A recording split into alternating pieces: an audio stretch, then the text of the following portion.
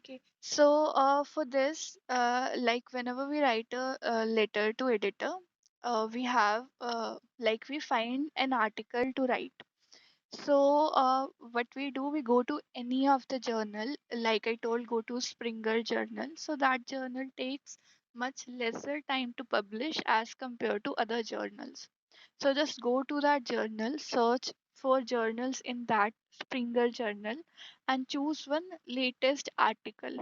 So the first step will be to take the summary of the article. So basically what is letter to editor, हम editor को बोलते हैं कि जो article उनके journal में रिसेंटली पब्लिश हुआ है उसके बारे में हमें क्या लगता है, मतलब is that a good article, does it need some improvement or not. So that is basically what we write in a letter to editor. I'll give you the layout also. So the step one is summary of the article. So हाँ, जब भी हम article देखते हैं, so we need to make sure कि जो paper है वो रिसेंटली पब्लिश होना चाहिए. पीपल से preferably last 3 months, but I would suggest कि इसी महीने, पिछले हफ्ते में अगर कुछ पब्लिश हुआ हो तो they take that one. I will give you the sample also. So first is, how do you get the summary? So we just see the article, take it link and go to this site.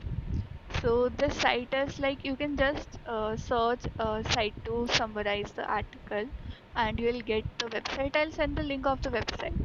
So it will take some time to load. We just need to put the research link and then you will get whole summary. So you will get the key concept, what this is about.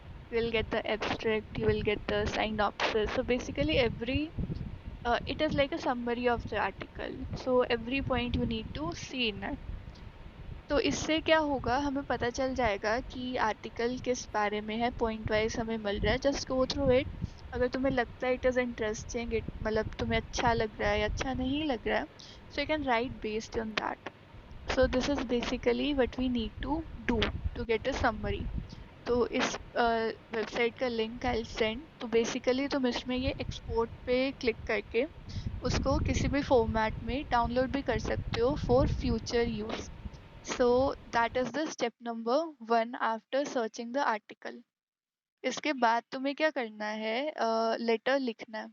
तो basic format क्या होता है letter का, there should be 5 paragraphs, 5 references and 5 lines in a paragraph. तो references क्या होता है, if you have seen or like done any research prior, you would know what is references. तो जिनके लिए सब नया है, जब भी हम कुछ आर्टिकल को लाइक किसी आर्टिकल से एक लाइन को कोट करते हैं हमारे पेपर में, हमें उसका रेफरेंस मतलब उसका जो लिंक है उसको एक पर्टिकुलर स्टाइल में अपने पेपर में डालना होता है.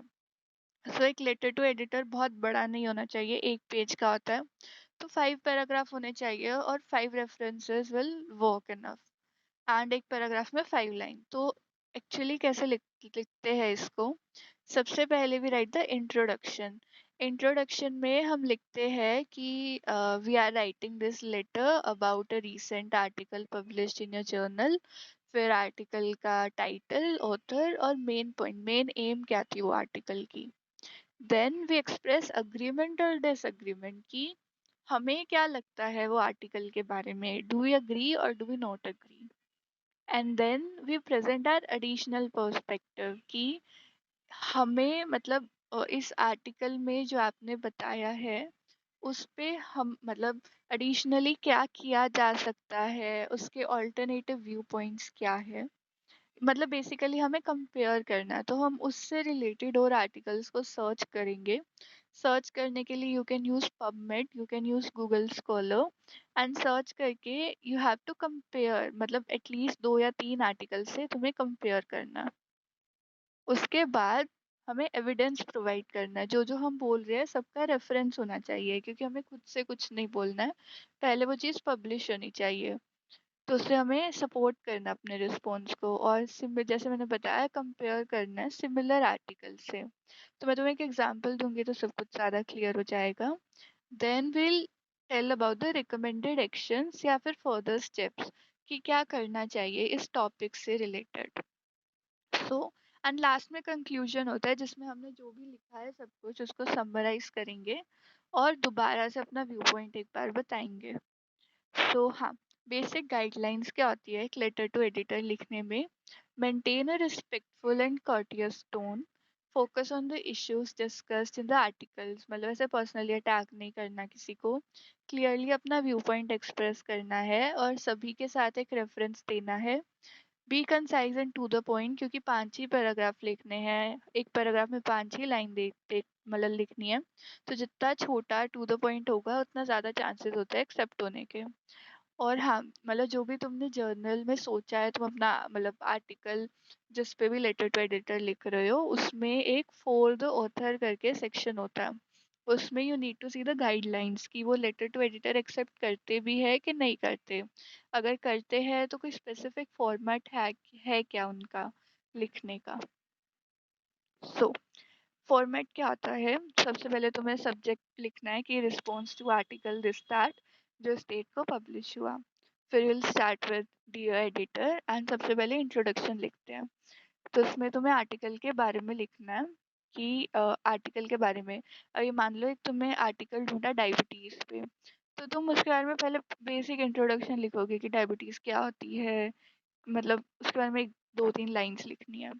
फिर तुम अग्रीमेंट या डिसअग्रीमेंट लिखोगे कि तुम क्या अग्री करते हो या नहीं करते, और उसके बारे में अपने व्यू पॉइंट लिखोगे, एक्सप्लेन करोगे कि क्यों अग्री या डिसअग्री करते हो, and compare with 2 to 3 similar articles.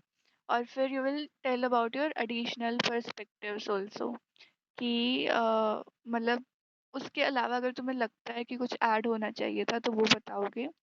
Then हर एक का एविडेंस होना चाहिए, सबके आगे रेफरेंस होने चाहिए, and then you need to suggest कि आगे अगर ऐसी कोई रिसर्च की जाती है तो उसमें क्या नई चीज़ ऐड करनी चाहिए। लास्ट में देर इज कंक्लूजन जिसमें तुम्हें समराइज करना अपना रिस्पॉन्स और व्यू पॉइंट को दोबारा बोलना है कि I agree, I disagree, and last में या थैंक यू नोट लिखना। So that is all about the format of letter to editor. तुम्हें एक सिंपल लेटर दिखा देती हूँ कि दिखता कैसा है, सो उससे तुम्हें चीज़ें ज़्यादा क्लियर हो जाएंगी। वही डियर एडिटर वगैरह। फिर तुम मतलब जिसके बारे में लेटर लिख रहे हो उसको एक्सप्लेन करना है, एंड फर्स्टली लाइक मतलब अच्छी अच्छी चीज़ें लिखनी है, यू कमेंड द ऑथर्स कि उन्होंने इतनी अच्छी रिसर्च की और इम्पॉर्टेंट है वगैरह वगैरह।